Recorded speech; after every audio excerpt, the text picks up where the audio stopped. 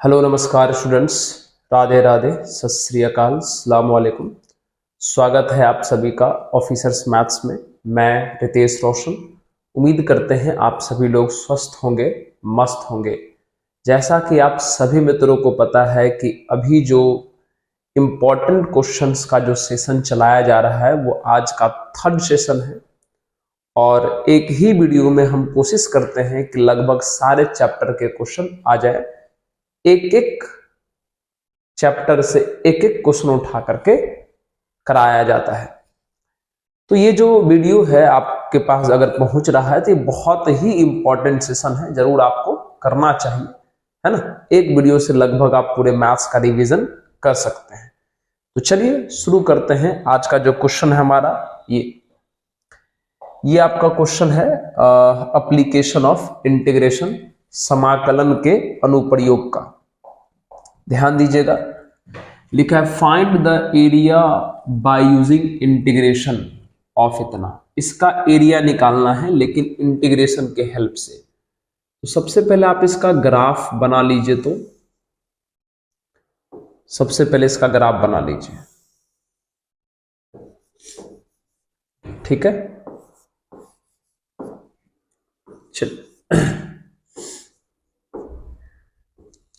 चलिए, ये बात सभी मित्रों को पता है, सभी मित्रों को पता है कि ये जो ग्राफ है वो सर्कल यानी वृत्त का है, और एक ऐसा सर्कल जिसका सेंटर जो हो वो ओरिजिन पर हो, ऐसा, ठीक है। आरएचएस में ए का स्क्वायर है तो ये जो पॉइंट है वो आपका a,0 होगा, और इधर वाला जो पॉइंट होगा वो -a,0 होगा। ये वाला पॉइंट 0,a होगा, ये वाला पॉइंट 0,-a होगा। इसी का एरिया निकालना है, ठीक है। तो एक काम करते हैं कि हम इस पार्ट का एरिया निकाल लेते हैं, इस पार्ट का एरिया निकाल लेते हैं और 4 से मल्टीप्लाई कर देंगे तो पूरे सर्कल का एरिया आ जाएगा। इस पार्ट का एरिया निकाल लेते हैं, ठीक है। तो अगर आप इस पार्ट का एरिया निकालोगे तो एरिया इक्वल्स टू, बताइए ये पार्ट कहां से कहां तक फैला हुआ है, 0 से लेकर के a तक, 0 से लेकर के a तक। तो 0 से लेकर के a तक किसका वैल्यू लिया आप, x का, तो यहां लिखोगे y dx और 4 से मल्टीप्लाई कर दोगे। चाहो तो अभी भी मल्टीप्लाई कर सकते हो, नहीं तो लास्ट में भी कर सकते हो। ये आ गया। अब आप इसमें सबका वैल्यू पुट कर दीजिए और आपका आंसर आ जाएगा। तो भैया जो एरिया इक्वल्स टू आ गया 4, 0 से लेकर के a, बगल में कौन है y, तो यहां से अगर आप y का वैल्यू निकालोगे तो √a² - x² dx आ जाएगा। उसके बाद इंटीग्रेशन का जो फॉर्मूला है वो लगा दीजिए, है ना। फॉर्मूला 9 इंपॉर्टेंट फॉर्मूला जो होता है उसका लास्ट नंबर फॉर्मूला है ये, √a² - x²। फॉर्मूला होता है x/2 हूबहू, ठीक है, फिर plus a²/2 sine inverse x/a, ये होता है। कहां से कहां तक, 0 से लेकर के a तक। चलिए पहले अपर लिमिट रखिए, जहां जहां x है वहां वहां a रखिए। चलिए ध्यान दीजिएगा, ये a/2 हो जाएगा, यहां x के जगह पे a रखोगे तो a², ये भी a², ये भी a², माइनस होके 0 हो जाएगा तो ये पूरा खत्म हो जाएगा। तो a²/2, यहां a रखोगे तो a/1, तो साइन इनवर्स कितना हो जाएगा, 1। चलिए ये तो अपर लिमिट रख दी हमने, फिर माइनस। लोअर लिमिट रखो, कौन है, 0। अगर x के जगह पर 0 रखोगे तो 0/समथिंग 0, 0 इंटू समथिंग 0, खत्म हो गया। कितना बचेगा, ये a²/2 साइन इनवर्स, अगर यहां x के जगह पर रखो 0 तो 0/a 0 हो जाएगा, करेक्ट है। चलिए ये आ जाएगा 4 into a²/2 into sine inverse 1 का वैल्यू π/2 होता है, और साइन इनवर्स 0 का वैल्यू 0 होता है, तो ये पूरा खत्म हो जाएगा। तो 2 2 जा 4 से 4 कैंसिल आ गया, तो आंसर जो आ गया वो πa² आ गया। देख लीजिए, ये हुआ सर्कल का एरिया, होता भी है है ना, सर्कल का एरिया पाई आर स्क्वायर होता है ना, यहां पर आर का काम जो है आपका ए कर रहा है। चलिए इस तरीके से ये क्वेश्चन इंटीग्रेशन हेल्प से बन गया। पॉज कीजिए, नोट कीजिए। चलिए बात करते हैं नेक्स्ट क्वेश्चन की। ये डिफरेंशियल इक्वेशन यानी अवकल समीकरण का एक क्वेश्चन है ना। अच्छा यहां पर एक डेटा छूटा हुआ है, थोड़ा वो डेटा हम लिख लेते तुरंत। इसमें एक जो डेटा है वो है log 2 का वैल्यू 0.6931 है ना। चल log 2 का जो वैल्यू है 0.6931 क्वेश्चन में दिया हुआ है, ये डेटा क्वेश्चन में दिया हुआ है। चलिए आइए शुरू करते हैं। क्वेश्चन में बोला इन अ बैंक में principal increases continuously at the rate of R% per year. Principal मतलब मूलधन, किसी भी बैंक में मूलधन हर एक साल लगातार बढ़ रहा है, किस हिसाब से, R% के हिसाब से। भैया कौन बढ़ रहा है, प्रिंसिपल यानी मूलधन। अगर उसको हम P मान लें तो यानी प्रिंसिपल का जो रेट है जिसको हम dP/dt बोलते हैं वो बढ़ रहा है ना, किस हिसाब से, R%, यानी प्रिंसिपल के R% के हिसाब से हर एक साल बढ़ रहा है। जितना हम जमा किए हैं उसी के R% के हिसाब से बढ़ रहा है। तो प्रिंसिपल का जो रेट है वो प्रिंसिपल के R% से बढ़ रहा है, मतलब ऐसा ही है ना, मतलब dP/dt ये दिया हुआ है। चलिए इसको थोड़ा आप सॉल्व कर, फिर क्या कहता है, find the value of R if ₹100 double itself in 10 year. मतलब 10 साल में अपने आप को दुगुना कर लेता है। इसका मतलब ये हुआ कि शुरू में मतलब जब समय 0 था तो प्रिंसिपल 100 रुपया जमा किया था। तो कहता है कि जब समय 10 साल हो गया तो प्रिंसिपल डबल हो गया, मतलब 200 हो गया, तब R का वैल्यू बताना है कितना होगा। शुरू में इतना जमा किया था, शुरू में मतलब टाइम जब 0 था तो प्रिंसिपल 100 था, और जब टाइम 10 साल हो गया, सर 10 साल को आप 100 साल लिख दिए हो, यस सर, जब समय 10 साल हो गया तो प्रिंसिपल डबल हो गया। चलिए तो R का वैल्यू बताना है। तो सबसे पहले हमने ये लिख लिया dP/dt, प्रिंसिपल का जो रेट है वो प्रिंसिपल के R% के हिसाब से है। चलिए बाय क्रॉस कर लीजिए, तो भैया dP बराबर कितना हो जाएगा, P into R/100 into dt हो जाएगा। P वाले को इधर ले आइए तो हो जाएगा 1/P into dP equals to R/100 into dt। अब दोनों तरफ क्या करिए, इंटीग्रेशन लगा दीजिए। इंटीग्रेशन, इधर का वेरिएबल यानी चर P है और इधर का वेरिएबल यानी चर T है। प्रिंसिपल है इधर का, उधर का टाइम है। तो सोचिए जब टाइम 0 था तो प्रिंसिपल कितना था, 100। जब टाइम 10 साल हो गया तो प्रिंसिपल कितना हो गया, 200। अब आप इसको सॉल्व कर लीजिए, तो 1/P का इंटीग्रेशन कितना हो जाएगा, log mod P, कहां से कहां तक, 100 से लेकर के 200 तक, बराबर R/100 कांस्टेंट है, बाहर हो जाएगा। तो R/100 कांस्टेंट है, बाहर हो गया, अंदर में बचा dt का इंटीग्रेशन कितना हो जाएगा, T, कहां से कहां तक, 0 से लेकर के 10 तक। बहुत बढ़िया। अपर लिमिट रखोगे तो log 200, फिर माइनस लोअर लिमिट रखोगे तो log 100 equals to R/100। Upper limit रखोगे तो 10, माइनस लोअर लिमिट रखोगे तो 0। ये log m minus log n, तो log m/n हो गया, तो m/n करोगे तो 2 आ जाएगा। ये R/100 और ये कट कितना बचा, 10, और सॉरी माइनस होकर 10 बचा, तो ये और ये इससे कट गया। तो भैया कितना आ गया आपका आंसर, आपका आंसर कह रहा है सर हम जो आ गए, यहां देख लीजिए कितना आ गया, log 2 है, log 2 का वैल्यू 0.6931 6931 बराबर कितना बचा, r/10। बाय क्रॉस करोगे तो r बराबर, जब 10 से इसमें मल्टीप्लाई होगा तो एक डेसिमल आगे चल जाएगा, तो 6.931% आपका आंसर हो जाएगा। ठीक है, एंड इस रेट से आपका प्रिंसिपल इंक्रीज करेगा। जल्दी से इसको पॉज कीजिए और नोट कर लीजिए। बहुत बढ़िया सर। चलिए नेक्स्ट क्वेश्चन की बात करते हैं। चलिए ये रहा एक वेक्टर का क्वेश्चन है। A B C are the vectors a plus B plus C बराबर 0 दिया है, तब ये प्रूफ करना है। चलिए क्या दिया हुआ भैया, a plus B plus C बराबर 0 दिया हुआ है। अगर ये आपको प्रूफ करना है तो सबसे पहले इसमें a से क्रॉस करो, फिर b से क्रॉस करो, फिर c से क्रॉस करो। क्रॉस मतलब क्रॉस प्रोडक्ट, जिसको हिंदी में सदिश गुणनफल कहते हैं। Cross product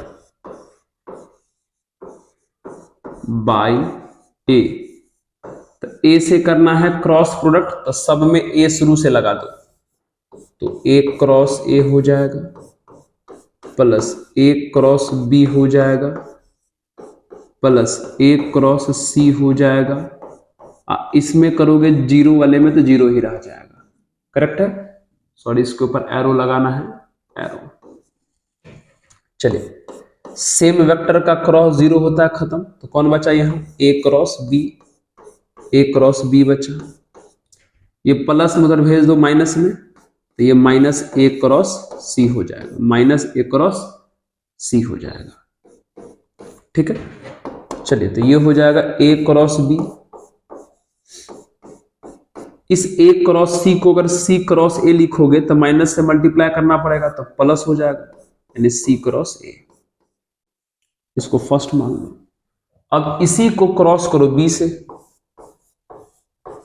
cross product bye B. चलिए करिए, इसको बी से क्रॉस कीजिए, तो सब में शुरू से ही बी लगाइए, तो बी क्रॉस ए हो गया, फिर प्लस बी क्रॉस बी हो जाएगा, फिर प्लस बी क्रॉस सी हो जाएगा, उधर वाले का करोगे तो 0 हो जाएगा। फिर से सेम वेक्टर का क्रॉस 0 हो गया, इसको खत्म करो, बी क्रॉस सी को रहने दो, इसको हटा दो। क्यों, क्योंकि ये बी क्रॉस ए है, जबकि हमको प्रूफ करना कौन है, ए क्रॉस बी। तो बी क्रॉस सी इधर रहने दो, बी क्रॉस सी इधर रहने दो, ये प्लस उधर चला जाएगा तो माइनस में बी क्रॉस ए हो जाएगा, माइनस में बी क्रॉस ए हो जाएगा। चलिए अब क्या होगा, तो therefore B cross C equals to, ये जो बी क्रॉस ए है, अगर इसको आप ए क्रॉस बी लिखोगे तो माइनस से मल्टीप्लाई करना पड़ेगा, तो ये प्लस ए क्रॉस बी हो जाएगा, प्लस ए क्रॉस बी हो जाएगा। अब इसको सेकंड मान लीजिए। अब एक बार और करिए, क्रॉस प्रोडक्ट बाय सी, क्रॉस प्रोडक्ट बाय सी। अगर सी से क्रॉस करोगे, कर लीजिए, तो सब में शुरू से सी लगाइए, तो C cross A plus C cross B plus C cross C equals to 0। सही है। फिर से सेम वेक्टर का क्रॉस 0 हो जाएगा, तो इस बार सी क्रॉस ए सही है, इसको रहने दो, इसको उधर भेज दो, तो ये माइनस सी क्रॉस बी हो जाएगा, माइनस सी क्रॉस बी हो जाएगा। तो फाइनली जो दिखेगा आपको, ये C cross A equals to C cross B को अगर बी क्रॉस सी लिखोगे तो माइनस से मल्टीप्लाई करोगे, तो ये बी क्रॉस सी हो जाएगा प्लस होकर के। चलिए ये हो गया आपका थर्ड। अब तीनों को देख लीजिए, from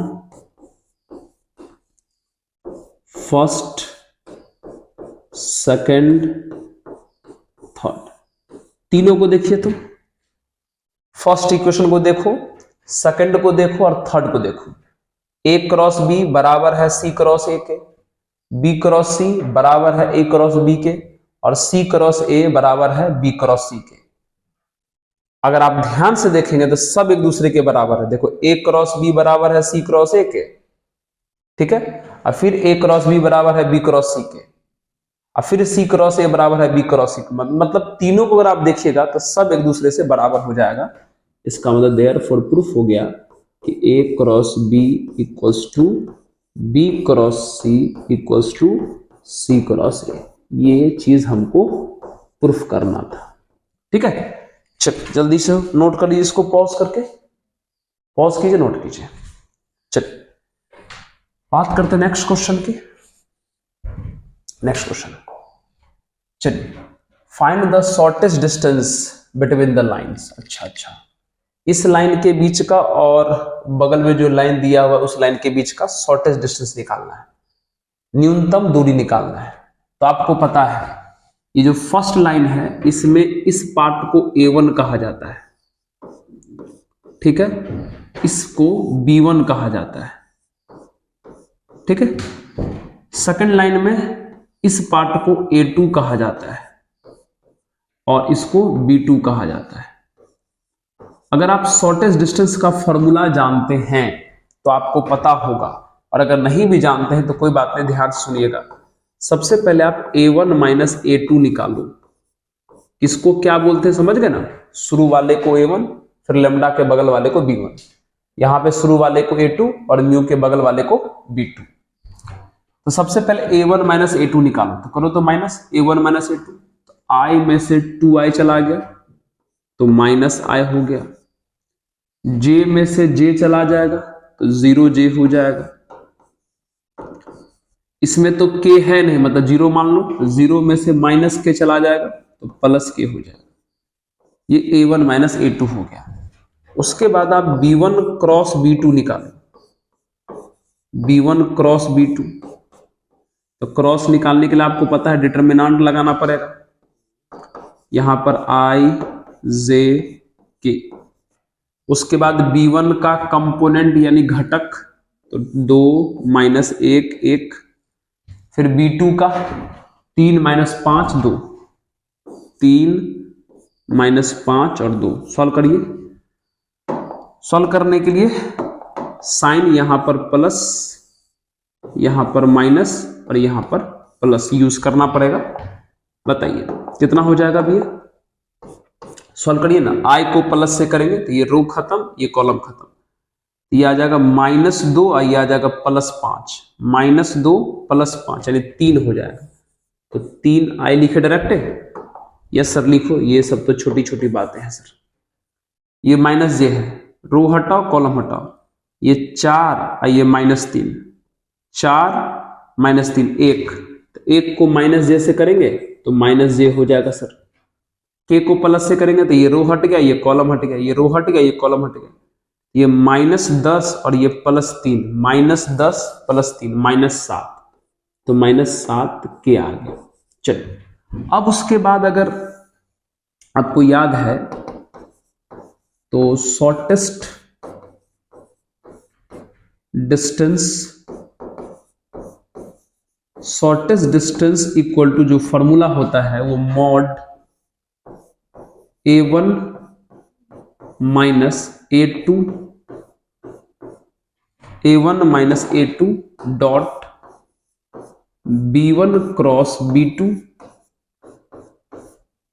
upon B1 cross B2 का मैग्नीट्यूड, ये होता है फॉर्मूला शॉर्टेस्ट डिस्टेंस, न्यूनतम दूरी का।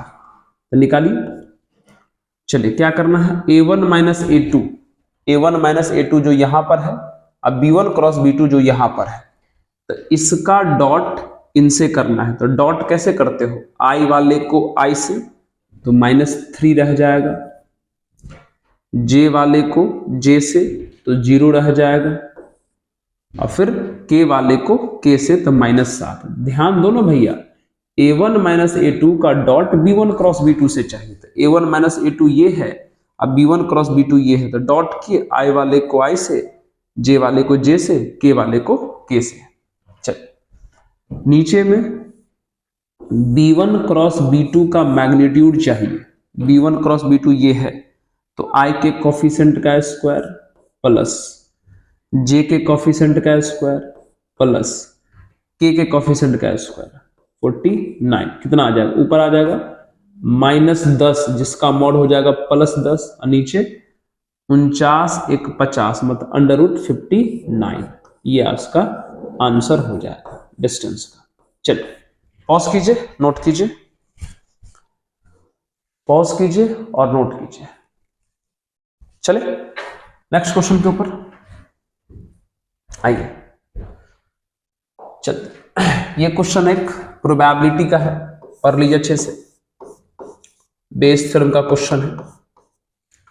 लिखा हुआ कि bag 1 contains 3 red and 4 black balls. 2 bag हैं, आप स्ट्रक्चर बना सकते हैं एग्जाम में, कोई दिक्कत नहीं। एक बैग ये है, इसको आप फर्स्ट बैग मान लीजिए, एक दूसरा बैग है, ये सेकंड मान लीजिए, ठीक है। फर्स्ट बैग में 3 रेड बॉल है और 4 ब्लैक बॉल है। सेकंड बैग में 5 रेड बॉल है और 6 ब्लैक बॉल है। उसके बाद कहा गया कि 1 ball is drawn at random one of the bags. दोनों में से किसी एक बैग से एक बॉल चुना गया।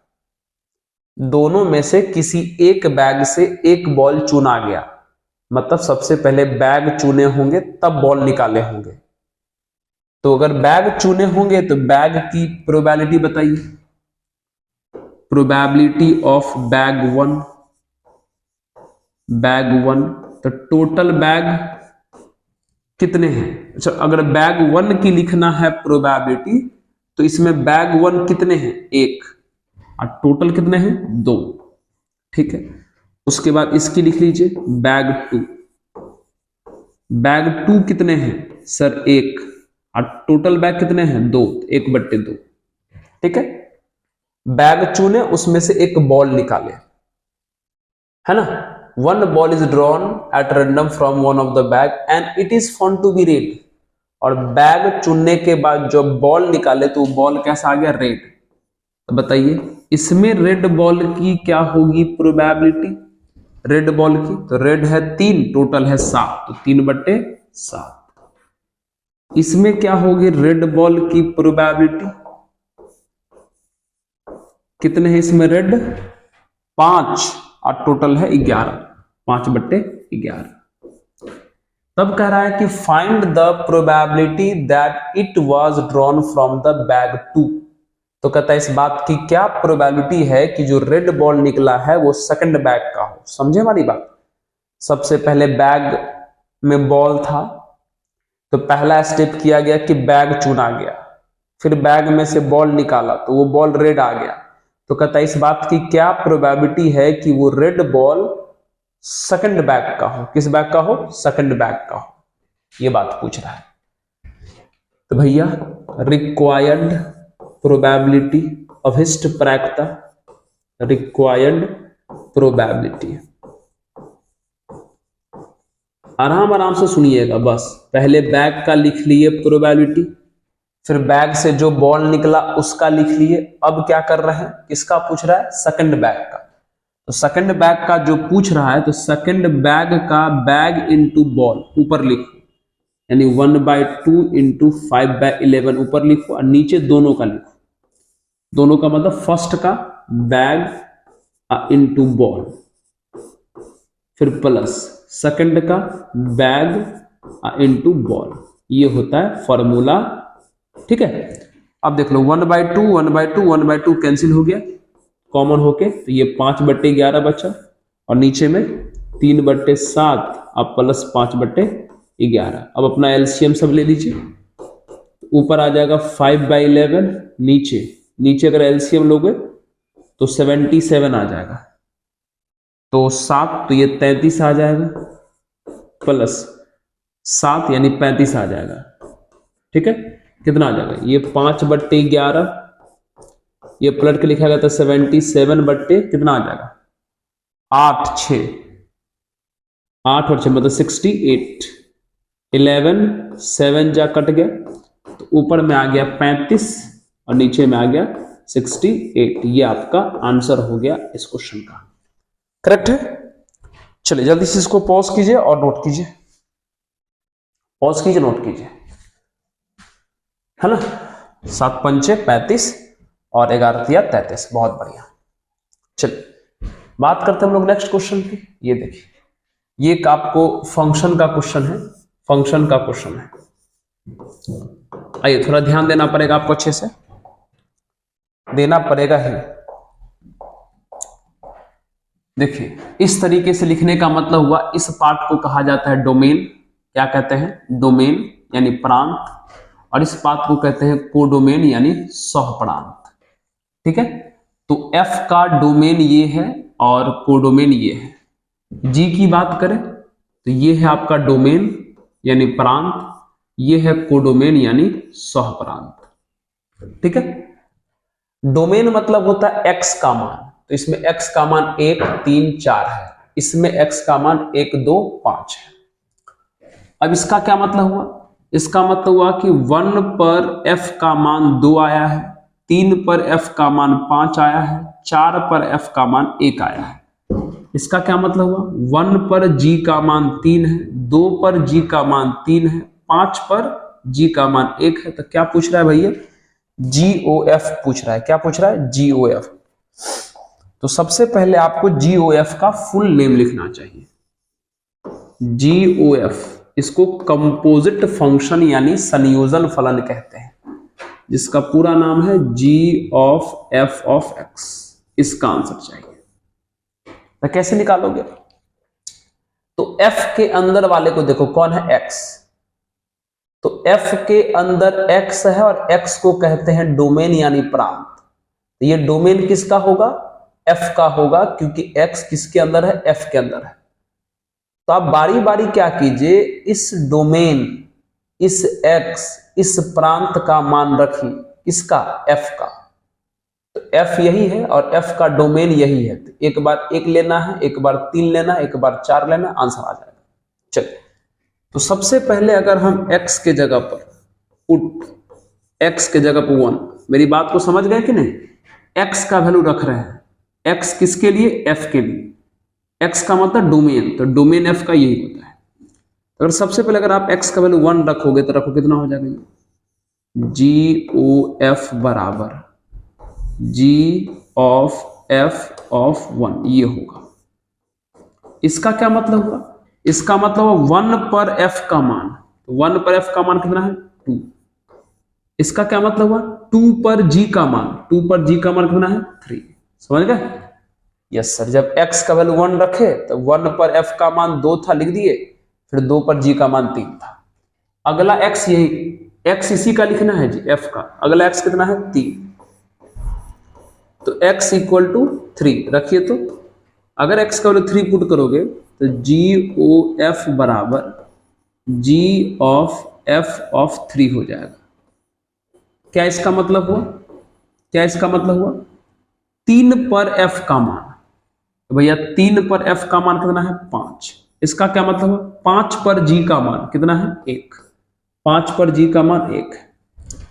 चलिए, एक और x बचा है 4, वो भी पुट कीजिए। तो पुट x इक्वल टू 4।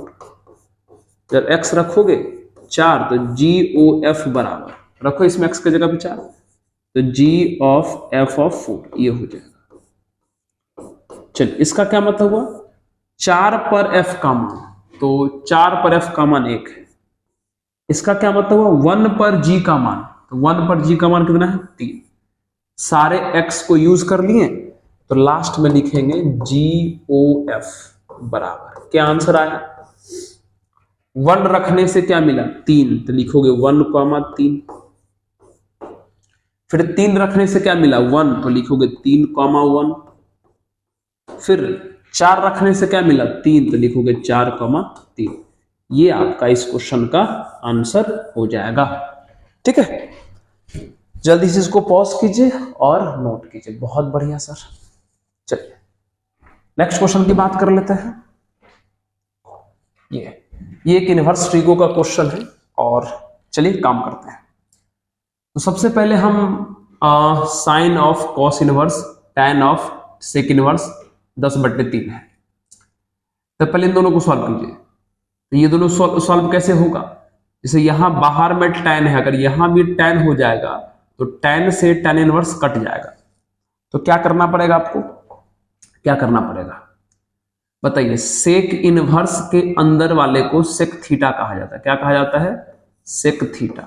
तो भैया सेक थीटा का मान 10/3 है।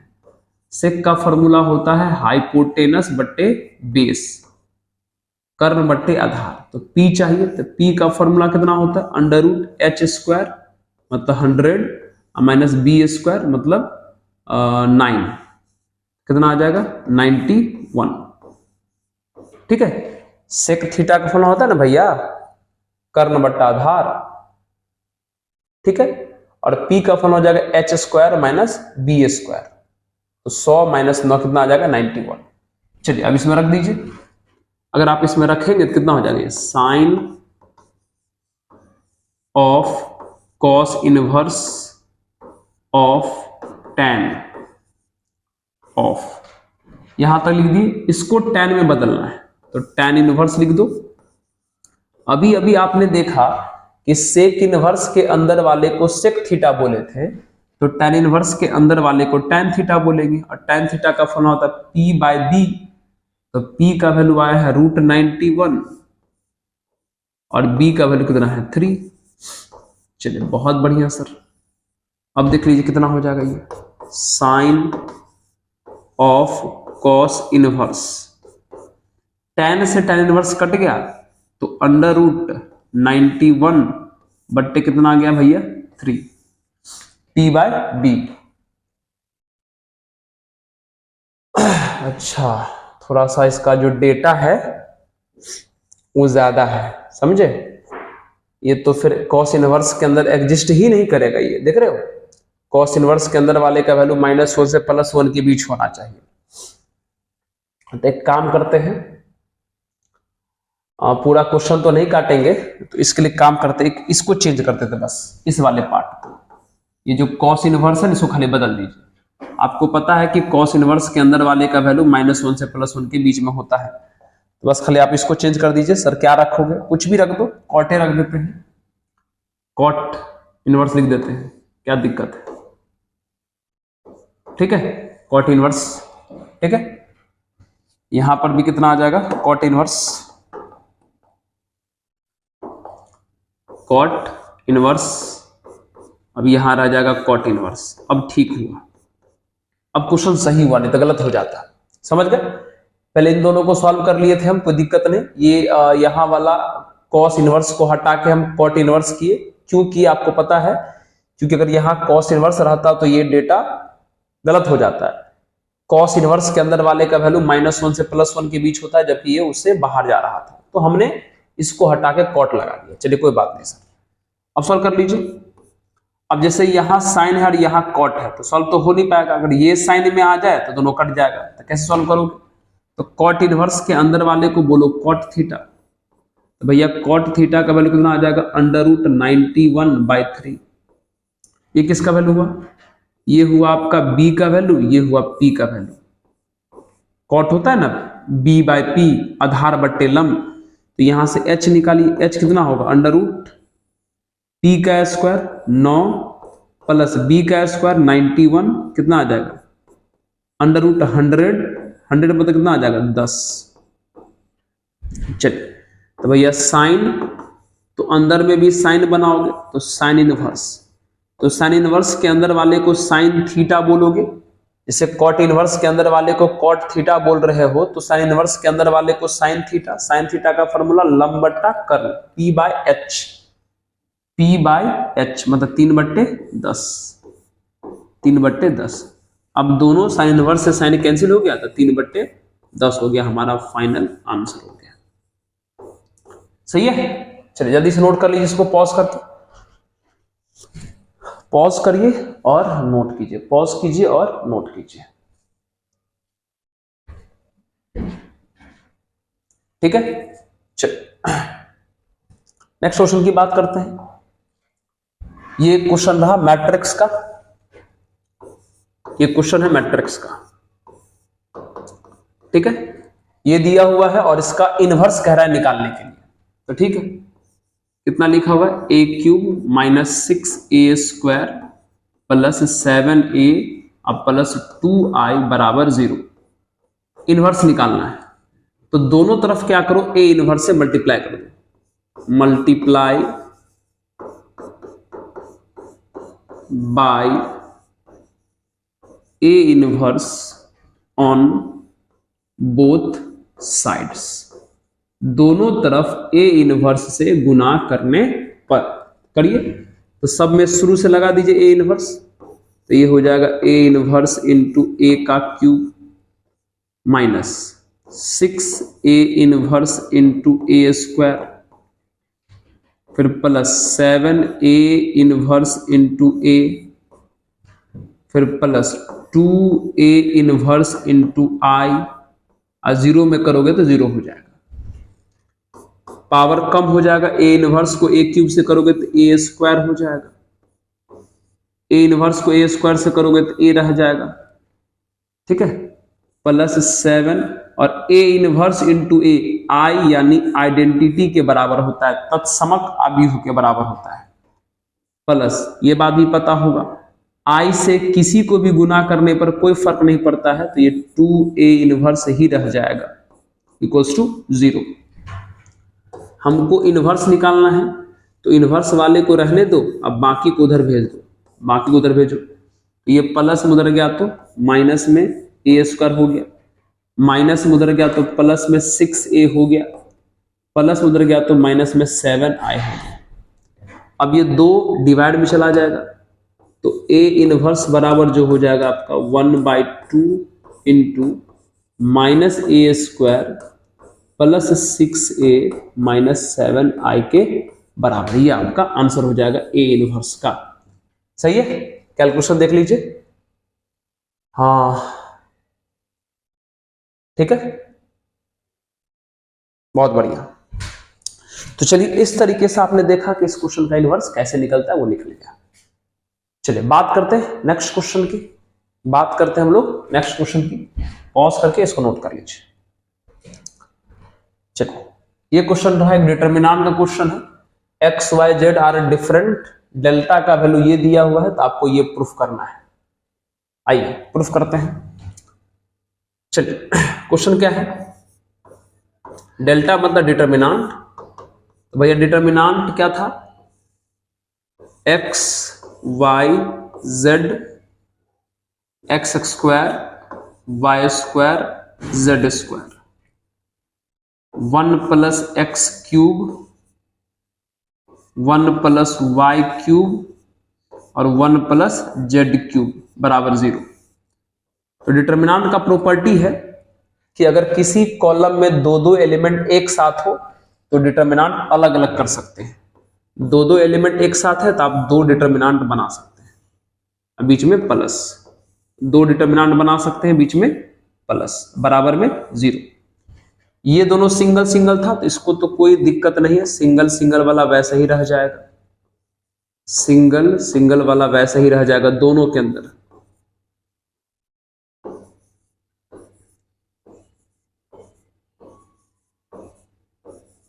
ठीक है, और इस वाले में जो प्लस से पहले है वो इसमें आ जाएगा और जो प्लस के बाद है वो इसमें आ जाएगा। करेक्ट है। चलिए ये रहने दीजिए, x Y Z x² y² z² 1 1 1 plus, इसमें से गौर से देखिए x कॉमन होगा, यहां से y कॉमन होगा, यहां से z कॉमन होगा, तो कॉमन करिए, x कॉमन किए, y कॉमन किए, z कॉमन किए, कर लीजिए कॉमन।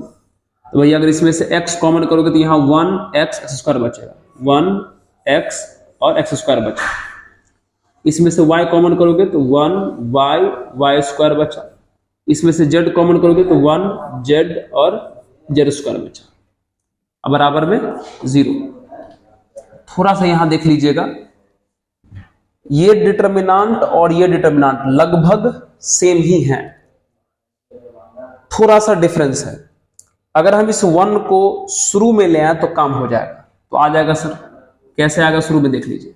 एक काम करिए, सबसे पहला स्टेप क्या कीजिए, आप इस थर्ड कॉलम को सेकंड पर लाइए तो सेकंड वाला अपने आप थर्ड पे चला जाएगा। बोलो करोगे तो क्या होगा, कैसा दिखेगा, बोलो कैसा दिखेगा? दिखेगा आपको यहां पर x y z, थर्ड वाला सेकंड पर आएगा, 1 1 1, सेकंड वाला थर्ड पे जाएगा, ऐसा हो जाएगा। और ऐसा करने से एक माइनस साइन लगा देना है।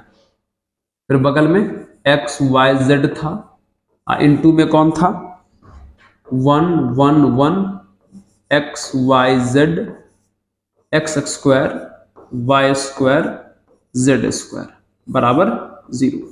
ठीक है, थर्ड को आप सेकंड पर ला सकते हैं तो अपने आप सेकंड वाला थर्ड पे चला जाएगा और ऐसा करने से एक माइनस साइन का अंतर आ जाएगा जो हमने लगा दिया।